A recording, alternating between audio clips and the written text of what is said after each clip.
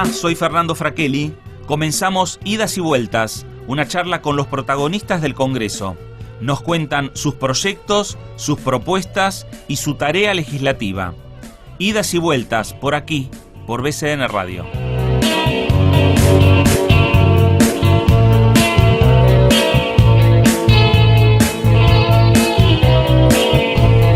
¿Cómo le va? Y esta es la propuesta que tenemos en BCN Radio de contarles cuál es la actividad que realizan nuestros representantes en la Cámara de Diputados, los representantes de las provincias en el Senado Nacional y la particularidad que tienen ellos o ellas, en los casos cuando también invitamos a las diputadas y a las senadoras nacionales, bueno, es contarnos algo que no cuentan habitualmente en los medios, porque ellos están hablando de lo que pasa minuto a minuto o día a día en su provincia, con sus proyectos y demás. Pero también es interesante, y esta es la propuesta que ya hemos lanzado aquí en la radio de la Biblioteca del Congreso de la Nación, que es dialogar con los diputados también de los otros temas, conocerlos un poquito más íntimamente. De esto vamos a estar hablando en la jornada de hoy, en este programa de BCN Radio, por aquí, por la radio de la Biblioteca del Congreso de la Nación, por Idas y Vueltas,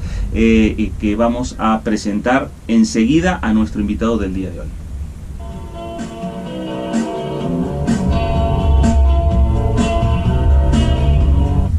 Diputado Luis Di Giacomo, ¿cómo le va? ¿Qué tal? ¿Cómo anda? Muy bien. Diputado nacional por la provincia de Río Negro, por el partido Juntos Somos Río Negro, que hace ya varios años que se ha constituido como una fuerza provincial importante.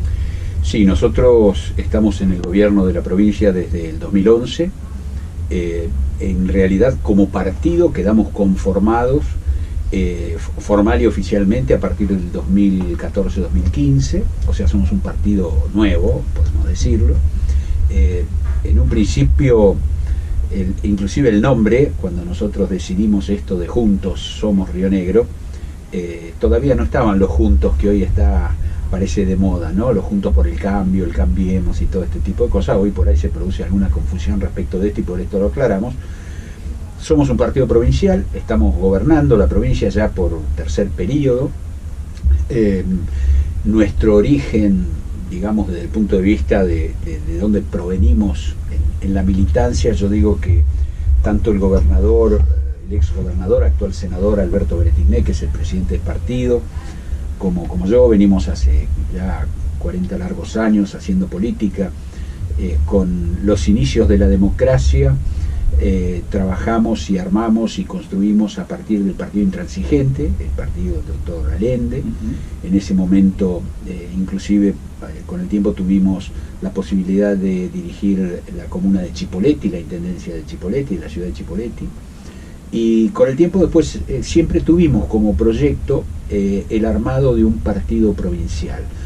La provincia de Río Negro, una provincia joven, que de las últimas provincias en ser declaradas como tales, recién tenemos 60 jóvenes años, es una provincia que siempre tuvo representaciones por tercio, ¿no? Había un partido dominante en su momento, lo que era la UCRI, la Unión Cívica Radical y Transigente, después radicalismo, UCR, el Partido Justicialista, y en algún momento se creó una tercera fuerza, pero era un partido con un pecado original de nacimiento, que era el Partido Provincial Rionegrino, PPR, comandado por el general Requeijo, que fue interventor en una de las dictaduras de la Argentina, fue gobernador, digamos, pero un gobernador de facto.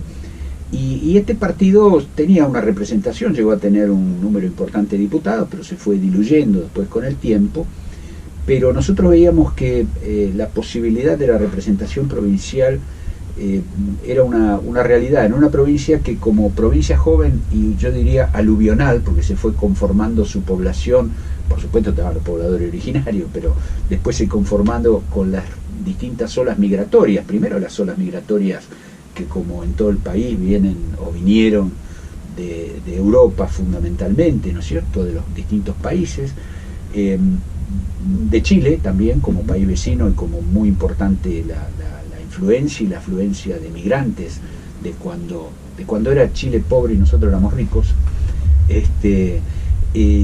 Después, bueno, las migraciones internas, ¿no? Es decir, la gente joven que en general iba migrando hacia el sur como un lugar muy con promesa de una vida diferente, con todo por hacer y con posibilidades que por ahí no se encuentran en las grandes ciudades de la Argentina.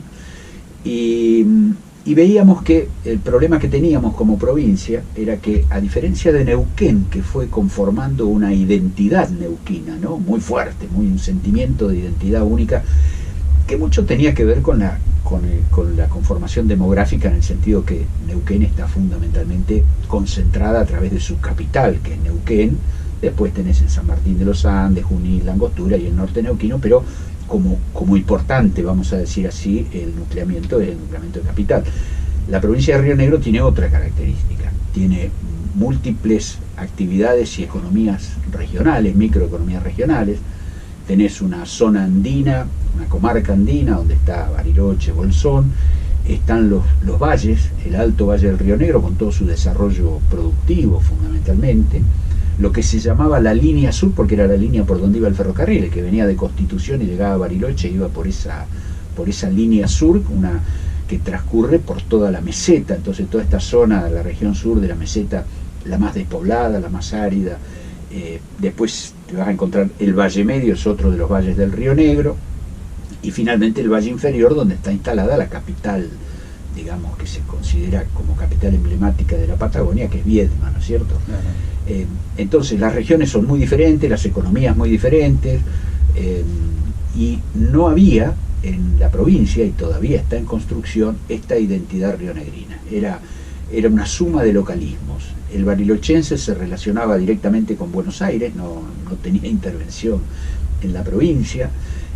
La gente del Alto Valle era la gente productiva, entonces se quejaba siempre de los viedmenses, que era la burocracia, como toda capital de provincia, ¿no es cierto? A su vez, en el Valle Medio, que era también una zona productiva, pero más de tipo ganadera, estaba la queja esta de no poder instrumentar un desarrollo. Teníamos la zona atlántica, donde tenemos los puertos, Sierra Grande, La Mina, que en su momento tuvo un auge tremendo y después quedó prácticamente abandonado con el cierre de la mina. Y todas geografías totalmente distintas. Todas distintas, economías distintas, geografías distintas, te diría yo que inclusive poblaciones diferentes, ¿no? Por sus características y de dónde venían cada uno de ellos. Bueno, nosotros como partido provincial, en lo que nos abocamos fue a intentar ver cómo se podría construir esta identidad rionegrina. Creo que lo estamos haciendo con bastante éxito. Hemos superado, fue muy importante en esto la tarea de liderazgo de Alberto Beretilnec, que ha sido el gobernador y actualmente el senador. Tuvo como primera misión, digamos, yo era su ministro de gobierno en ese momento, su primera misión fue: quiero conocer todos los municipios, porque encontramos que hay 39 municipios en la provincia y a muchos de ellos nunca había llegado un gobernador, jamás. Entonces, el primer año hicimos una recorrida por todos los municipios. El segundo año hicimos una recorrida por las 33 comisiones de fomento que están activas. Las comisiones de fomento son pequeños parajes con menos de 2.000 habitantes, algunos con 100 habitantes, otros con 500, ¿no es cierto? Estas comisiones de fomento también las recorrimos todas y empezamos a transitar la provincia con este mensaje de la idea de lo provincial como una identidad que nos tenía que unir para poder salir adelante. Bueno, parece que la cosa aprendió, porque en el 2015, en ese momento, competimos con el que era senador Pichetto, en ese momento, con el justicialismo, un partido muy fuerte, ¿no es cierto? O sea, realmente importante. El radicalismo venía de estar 30 años gobernando, claro, muchos años, toda la época. ¿Sí? Masachesi, exactamente, Masachesi, Verani, estuvo gobernando durante casi 30 años. Nosotros siempre decimos que en nuestra historia venimos acompañando al peronismo en todas sus derrotas a lo largo de esos 30 años de vida democrática, ¿no? Porque hacíamos frente en general con el justicialismo en sus diferentes, así pasamos por el Frejuli, el Frente para la Victoria, todos los distintos frentes que se fueron armando. Finalmente, bueno, en el 2011 comienza Beretilnec, en el 2015 fuimos ratificados, y en el 2019 también, a pesar de que Beretilnec no pudo repetir por razones de tipo constitucionales, y con una candidata desconocida en ese momento, igualmente sacamos el 50 y pico %, que en una provincia, como digo, con una población joven, con una inexistencia, esto es interesante, una inexistencia de una oligarquía local, no se ha conformado. No tenemos la problemática de Chubut con los grandes latifundios, en general las tierras están bastante divididas, entonces en este tipo de provincia, con una cultura muy progresista en muchos sentidos, con una influencia, con una iglesia inclusive que, a diferencia de las iglesias del norte, que es una iglesia tradicionalista, conservadora y generalmente muy atada, ¿no es cierto?, a esas, como digo, a esas aristocracias locales, la iglesia rionegrina fue una iglesia revolucionaria, una iglesia muy de un trabajo social importante y que no tenía una influencia, y no tiene tampoco una influencia muy grande dentro del poder. O sea, una sociedad bastante rica y libre, independiente, con distintos tipos de manifestaciones. Esta es la provincia. Claro, y es muy interesante lo que te dice Luis, porque en definitiva lo que cuenta es de qué manera se conforma un partido provincial. Y cuál es el objetivo también del partido provincial. No es solo llegar al poder, sino también es esta unión de la provincia a partir de las diferentes y de las diferencias que tiene la provincia.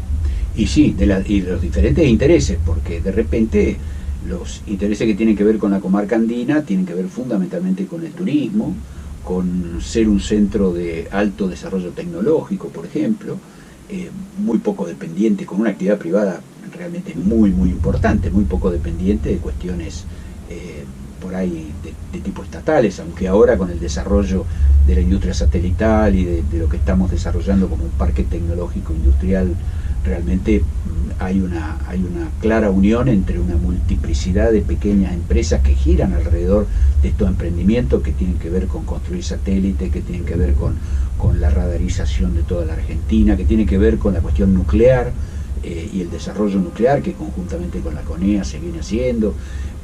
Es decir, esa ciudad es una ciudad con la mayor cantidad de científicos por habitante, ¿no? Es una ciudad muy particular. Bueno, hay que unir ese sentimiento, digamos, con lo que significa las distintas regiones y distintos sectores, ¿no es cierto? Así que en ese sentido, digamos que es una provincia que tiene, de la dificultad está surgiendo la oportunidad, porque también es cierto que uno, al no estar dependiendo de una monoproducción o de un monocultivo, a veces hay cosas que andan bien y otras mal, y siempre puede haber una compensación entre uno y otro sector, y es lo que hace que tengamos un funcionamiento incluso del Estado más o menos estable y con una posibilidad del pago de sueldo dentro de la normalidad, y una provincia que tiene tranquilidad social en líneas generales, más allá de las dificultades que todos los sectores tenemos, ¿no? Claro. Estamos conversando con el diputado Luis Di Giacomo. Luis es diputado nacional por la provincia de Río Negro, por la Fuerza Provincial, Juntos Somos Río Negro. Luis, hace pocos días o pocas horas presentaron un proyecto junto al diputado Agustín Domingo respecto al tema de las usurpaciones. ¿Y cómo está esa situación en la provincia de Río Negro? A ver, la provincia no escapa a lo general del país, por un lado, pero por otro lado tiene algunas cuestiones particulares con un pequeño núcleo o sector que, digamos, si bien se identifica con las comunidades mapuches, poco tiene que ver con las más de 120 comunidades que hay en la provincia, conviviendo en forma normal y pacífica con sus reclamos y necesidades, pero normales, digamos, que hay con cualquier otro sector también. Hoy lamentablemente estamos en presencia de algunos pequeños grupos violentos, influidos por la situación y correlacionados directamente, bueno, huelga decirlo, ¿no? Yones y compañía, la relación con los sectores más violentos del sector chileno es demostrada y es conocida. Quienes producen este tipo de ocupaciones, como el caso de Villa Mascardi o como el caso de Cuesta del Ternero cerca de Bolsón, tienen poco que ver, como digo, con las comunidades mapuches, y de alguna manera configuran una problemática que además se ha visto agravada porque desde el gobierno nacional, lamentablemente, quien está a la cabeza del Instituto Nacional de Asuntos Indígenas ha sido cómplice permanente, en el caso de la ex senadora Odarda, de este tipo de ocupaciones y usurpaciones, ¿no es cierto?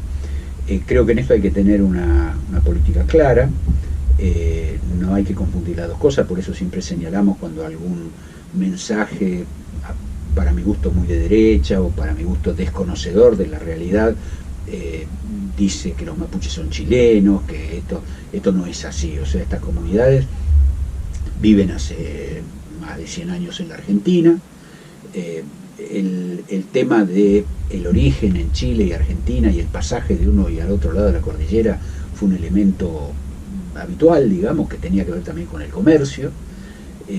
Entonces, yo creo que en este sentido, en nuestra provincia y en la provincia de Neuquén, hay enseñanza cultural bilingüe, hay escuelas que son bilingües, hay todo un sistema. Nosotros tenemos un consejo de comunidades indígenas que, digo yo porque estuvo a mi cargo en el Ministerio de Gobierno, tiene mayoría en su integración de los representantes de las comunidades por sobre los que representamos el Ejecutivo, para posibilitar una verdadera democracia en ese sentido. O sea que nosotros en general no hemos tenido problema con quienes se autoperciben o se identifican o viven como comunidad mapuche, ¿no es cierto? Este problema lo diferenciamos bien de estos sectores violentos, pero el tema de las ocupaciones y usurpaciones en la Argentina es más complejo. No solo tiene que ver con este tema, tiene que ver con lo que significan en las zonas urbanas las ocupaciones de casas desocupadas, las ocupaciones de terrenos circundantes de las grandes ciudades o de las ciudades en líneas generales, muchas veces espacios fiscales que están destinados para otro tipo de obra pública o demás, y muchas veces también espacios privados.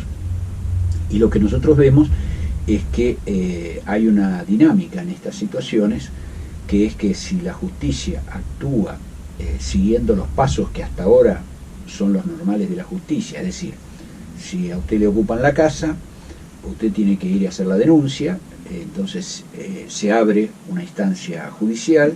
En esa instancia judicial le van a pedir que presente toda la documentación que acredite que usted es propietario de ese terreno, de esa casa, de ese campo, de lo que fuese. Una vez que usted presenta todo, digamos como corresponde, más tiene que presentar con su abogado, y tiene sus costos, tiene su tiempo y demás.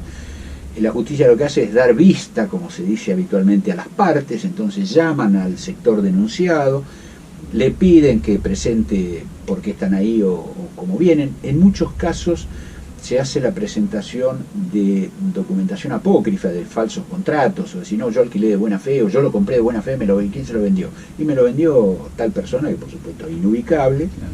Y lo que hay detrás de esto son verdaderas organizaciones que lucran con todo esto. Claro, y en el medio pasan muchos años.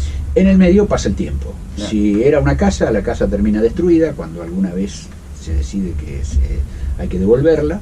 Y si es un terreno y la gente ya ocupó, después aparece el otro problema, y es que hay familias, y ya un desalojo pasa a ser una cuestión represiva violenta con todas las consecuencias que eso tiene. Entonces, ¿qué es lo que nosotros proponemos en este proyecto? En primer lugar, fundamentalmente, hacer que cuando se produce una ocupación o una usurpación, y esto también porque el artículo que reformamos no solo tiene que ver con esto es lo más importante, pero sino tiene que ver también con, si a usted, por ejemplo, le roban un bien, hasta que se lo devuelve la justicia, pasa también un tiempo muy largo, claro, porque eso entra en la causa, queda como prueba, es un berenjenal donde por ahí, si es un vehículo, el día que se lo devuelven le faltan las ruedas, claro, o medio motor o cosas por el estilo, ¿no?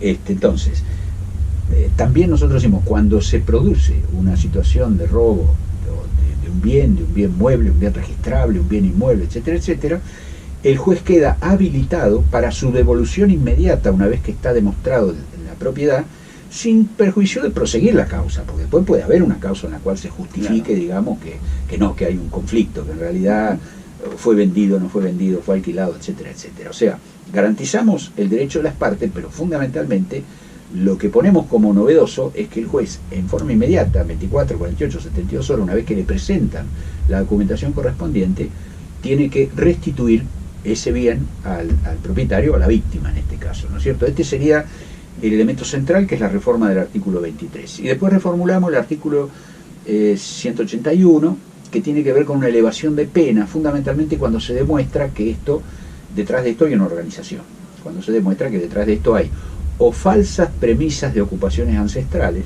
porque también esto hay que aclararlo. Incluso la ley actual no acredita la posibilidad de ocupar una propiedad por cuestiones de tipo ancestral, es decir, mis bisabuelos alguna vez vivieron acá. La ocupación por parte de las comunidades originarias en la Argentina está habilitada legalmente cuando esta ocupación es actual, permanente y tradicional.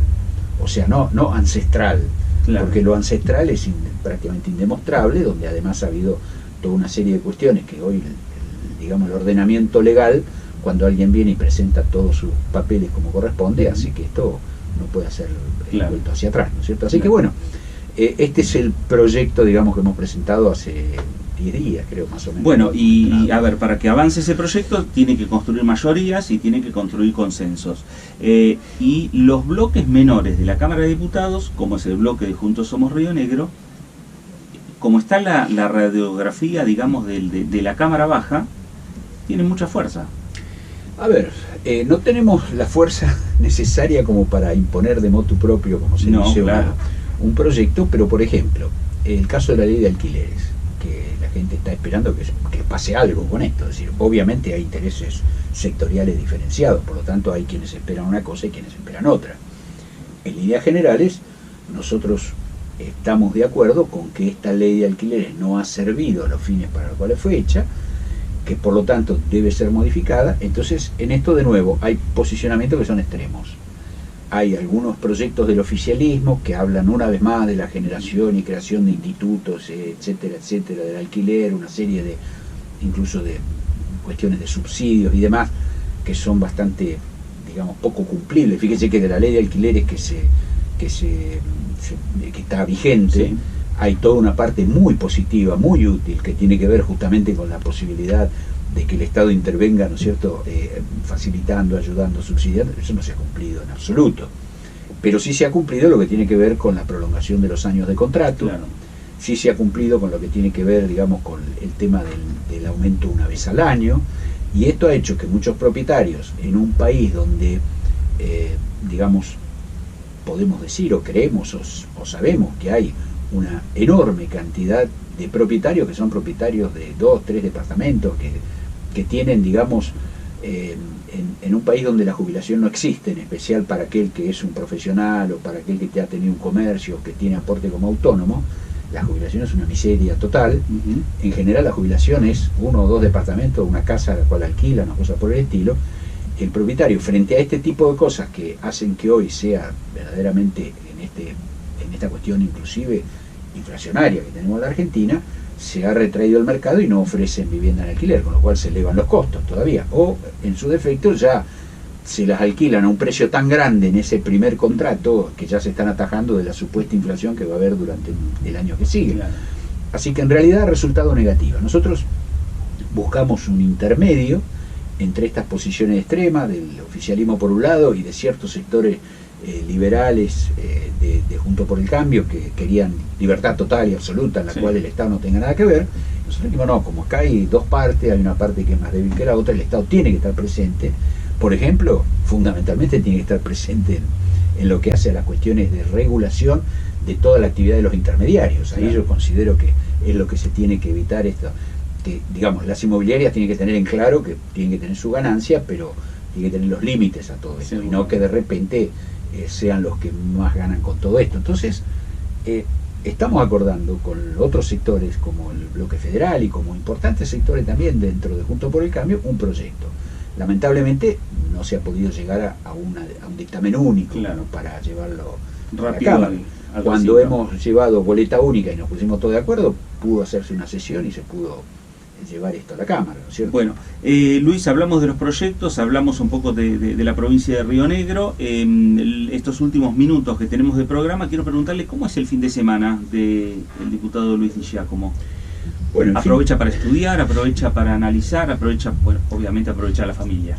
Sí, cuando se puede, sí. En parte el fin de semana es volver a mi lugar, digamos, a General Roca, a la provincia de Río Negro, o ir a lugares de otros lugares de la provincia en los cuales tengo que también desarrollar una tarea de tipo territorial. Entonces es un trabajo, es lo que sería el trabajo territorial, atender a la gente, atender a las distintas instituciones.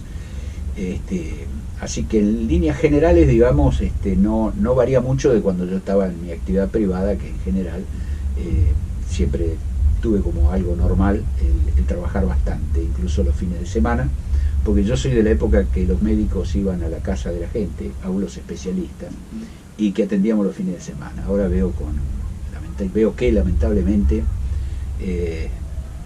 y esto lo veo con las personas mayores muchas veces, ni siquiera son revisadas por el médico, a veces le indican estudios y toda una serie de cosas, y que es muy difícil conseguir un médico en domicilio, y que es muy difícil conseguir sábado y domingo que te atienda este médico. Nosotros tenemos más el esquema del médico tratante como médico de familia cuando es un clínico, como en el caso mío que soy psiquiatra y psicoterapeuta, tenía mis pacientes, a los cuales por supuesto los atendía también fuera sábado o domingo si era necesario verlo, o sea que uno se acostumbra a otro tipo de relación, inclusive más de proximidad con la gente, ¿no es cierto? ¿Y eso se podrá revertir?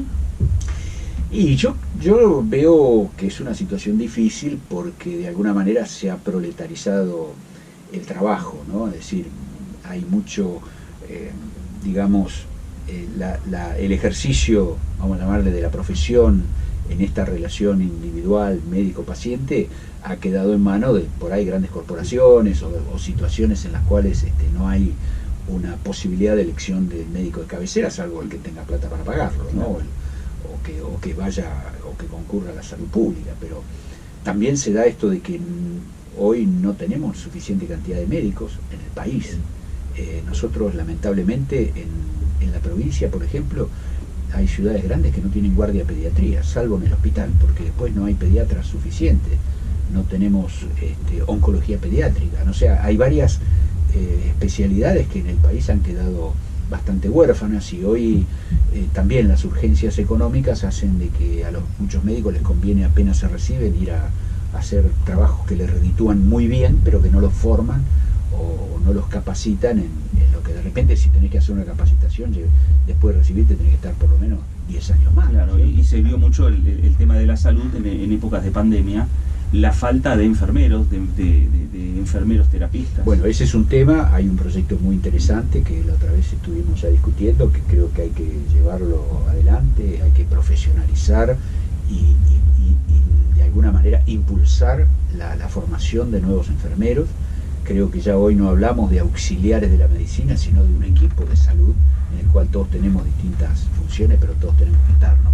Claro, exactamente. Bueno, ¿y cómo lo trató el COVID?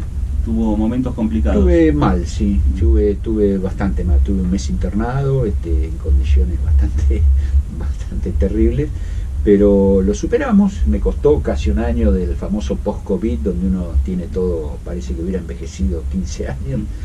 Entonces problemáticas de todo tipo, pero lentamente, bueno, hoy puedo sentir que estoy absolutamente recuperado y he podido volver a la vida normal, ¿no? Claro, a la actividad plena. A la actividad plena, sí. Luis, gracias por visitarnos aquí en Idas y Vueltas, en BCN Radio, en la radio de la Biblioteca del Congreso de la Nación. Como siempre, es un espacio abierto para todos, en este caso para los diputados, para los senadores, pero para el público en general. Perfecto. Para cuando haya oportunidad me gustaría poder transmitirle un proyecto que hemos presentado también, y que es el proyecto de una ley específica para la dependencia con y de drogas, sacándola del ámbito de la ley de salud mental, que realmente implica un cambio muy importante respecto de la legislación actual. Un proyecto que hemos trabajado con especialistas de primerísimo nivel nacional e internacional, y que estamos ahora trabajando a su vez en lo que significa ir llevándola por todo el país para ver si logramos que esto pueda salir adelante, porque creemos que nos estamos debiendo una ley en este sentido que verdaderamente atienda las necesidades de este tremendo problema que hoy son las dependencias con drogas legales e ilegales. Gracias. Luis Di Giacomo, el diputado nacional por la provincia de Río Negro, el bloque Juntos Somos Río Negro, por aquí, por Idas y Vueltas, por BCN Radio, la radio de la Biblioteca del Congreso de la Nación. Punto final para el programa de hoy. Nos reencontramos próximamente. Gracias.